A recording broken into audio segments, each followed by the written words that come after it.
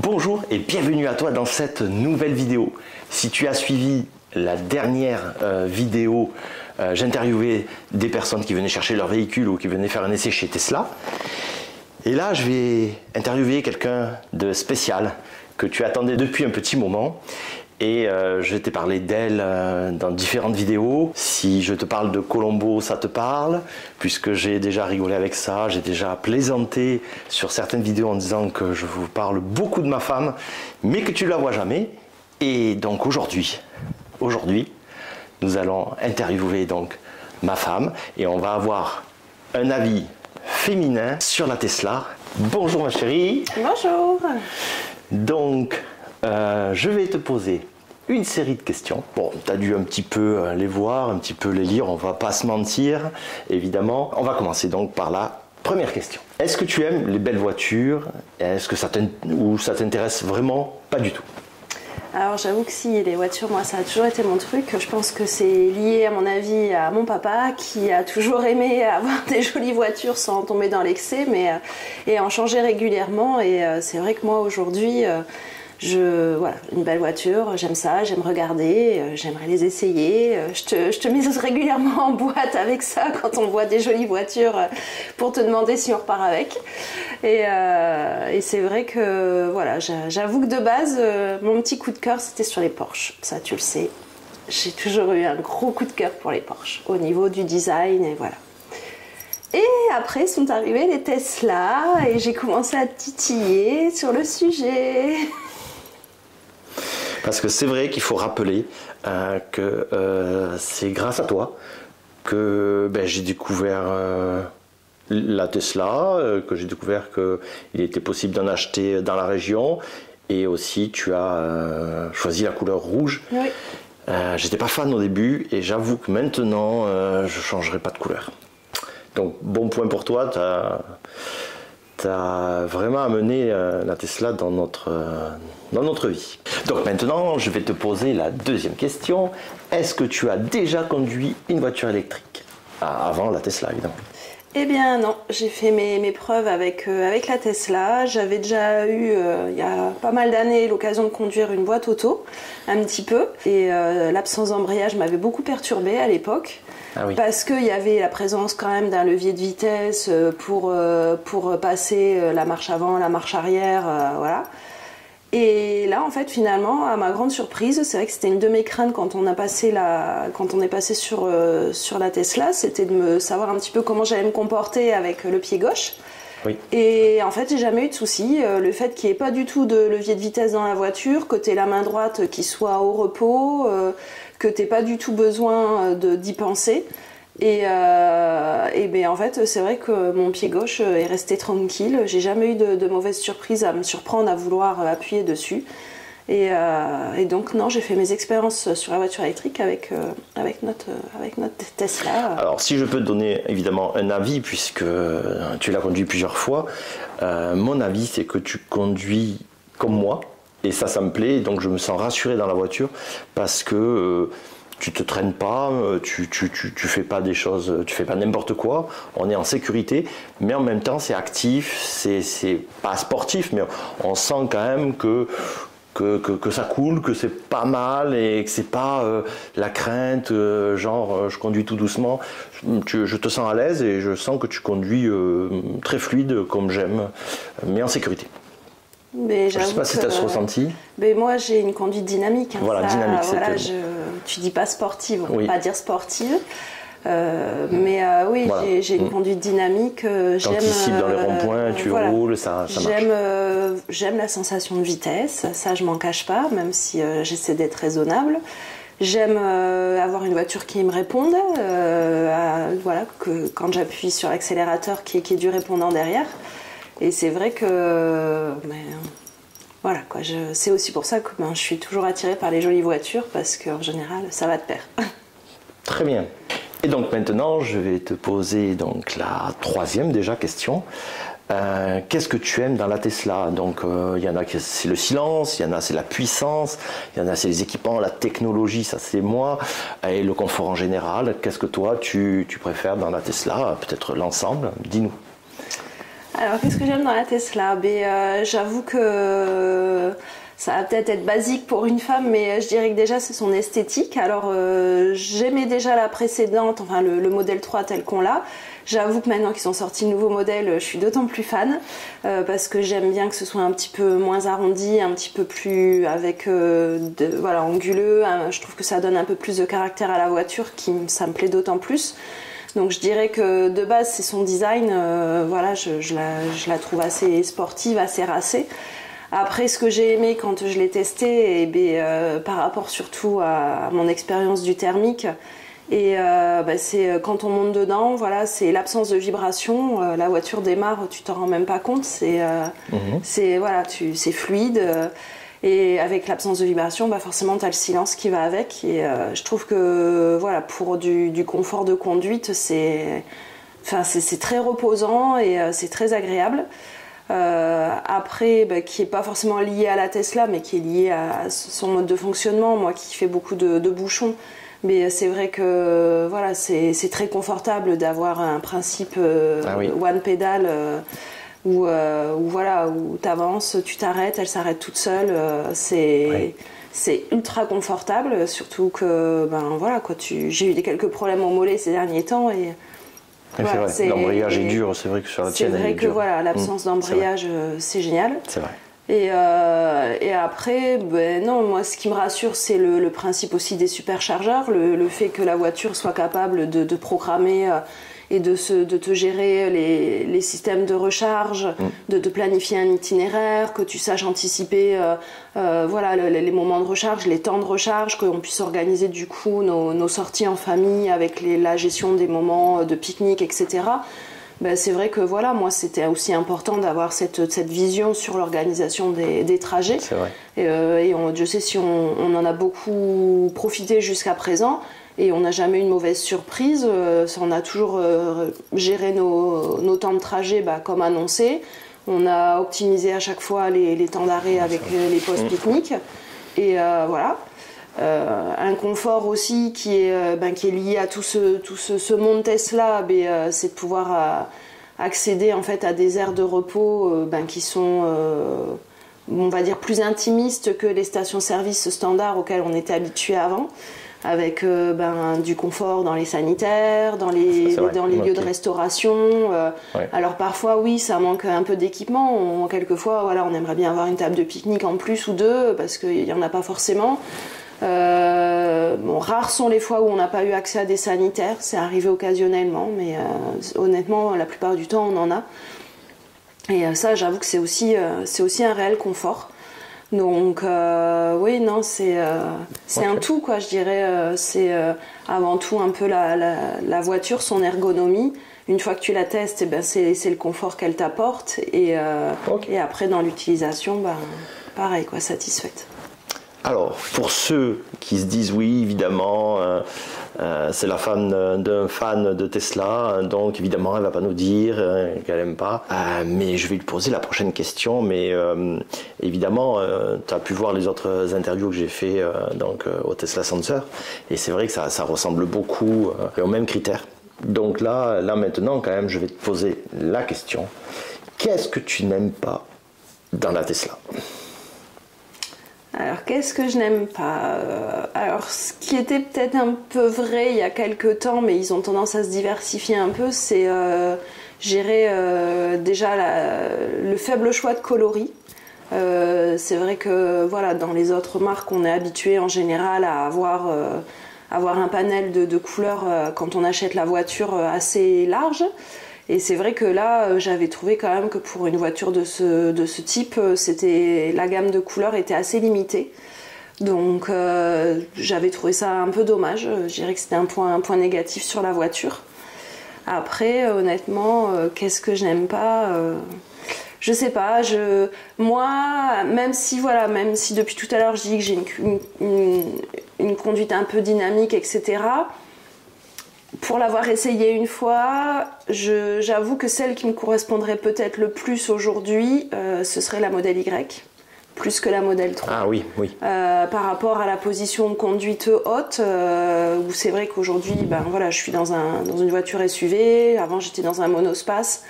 Donc voilà, si je devais faire une critique par rapport à notre modèle 3 aujourd'hui, oui. C'est de dire voilà, la hauteur de conduite où c'est pour une question d'habitude, une question de confort, des enfants encore aujourd'hui un peu en bas âge. Et je dirais que du coup, moi, voilà, je serais plus partie peut-être, non pas par rapport à son esthétique extérieure, parce qu'au niveau de l'esthétique de la voiture en tant que telle, je préfère la modèle 3 ou la modèle S. Mais par contre, par rapport au type au confort de conduite, au confort de position de conduite, j'aurais, voilà, je la peut-être un peu trop basse, un peu trop dure, et voilà, je serais peut-être plus partie sur une modèle Y par rapport à ça. Mais sinon, après, honnêtement, difficile de lui trouver des défauts. C'est une voiture qui possède tout. Alors après, on l'a vu, hein, tu as été capable, entre guillemets, de lui apporter des petits plus. Mais bon, c'est comme tout, tout ce qui est customisation de véhicule, tuning de véhicule, ça se fait dans toutes les marques. Et c'est vrai que même si on ne l'avait pas fait, la voiture se suffisait en elle-même. Pour rebondir un petit peu sur de l'historique de conduite que tu as eu, est-ce que tu veux bien nous parler de la conduite en montagne? Puisqu'on est parti une année en Espagne, on a traversé les Pyrénées et j'étais beaucoup fatigué même ce jour-là. Et donc tu as pris le volant et moi je me suis un petit peu assoupi et au réveil, raconte-nous ce que tu m'as dit. Oui, c'est vrai que voilà, tu m'avais fait la surprise de me dire au pied des Pyrénées, faut que tu prennes le volant, je suis trop fatiguée. Donc moi c'est toujours un plaisir de la conduire. Mais c'est vrai que quand je la conduis pas depuis un moment, commencer à la reprendre juste pour affronter une zone de montagne qui en plus, voilà, c'est pas mon domaine de conduite de prédilection, on n'a pas non plus l'occasion souvent d'aller en montagne. Je me suis dit, ah zut, bon oui, pas de souci, j'y vais, je prends le volant, il n'y a pas de raison, mais c'est vrai que pour dire de reprendre la voiture en main, c'était pas forcément ce que j'aurais aimé. Et en fait, finalement, je me suis régalée parce que il y a eu quand même une belle zone à traverser avec beaucoup de lacets, pas mal de dénivelé, et c'est vrai que la voiture d'une fluidité absolue, un confort avec ce principe de one pedal qui te permet de gérer ta vitesse sans être obligé sans cesse de jouer avec les rapports et les boîtes de vitesse pour monter ou descendre, voilà. Et c'est vrai que quand tu t'es réveillé parce que tu avais réussi à t'endormir, preuve que tu étais fatigué, mais qu'a priori aussi j'ai pas fait de bêtises. C'est vrai que quand tu t'es réveillé et que les Pyrénées étaient passées, tu m'as vu avec un grand sourire et franchement je m'étais régalée parce que j'avais vraiment pu sentir la voiture, la tester un peu dans ses limites, dans son confort. Et moi qui aime justement ce principe de jeu, d'accélération, de freinage, de jeu de reprise, comme je disais tout à l'heure, j'aime sentir la voiture. Et c'est vrai que là, la zone de montagne a permis vraiment que j'expérimente ça et j'ai trouvé ça vraiment très, très, très confortable, voire ludique, même si j'aime pas parler de jeu sur de la conduite, mais vraiment très confortable, très sécuritaire. C'est pour ça que je voulais que tu en parles.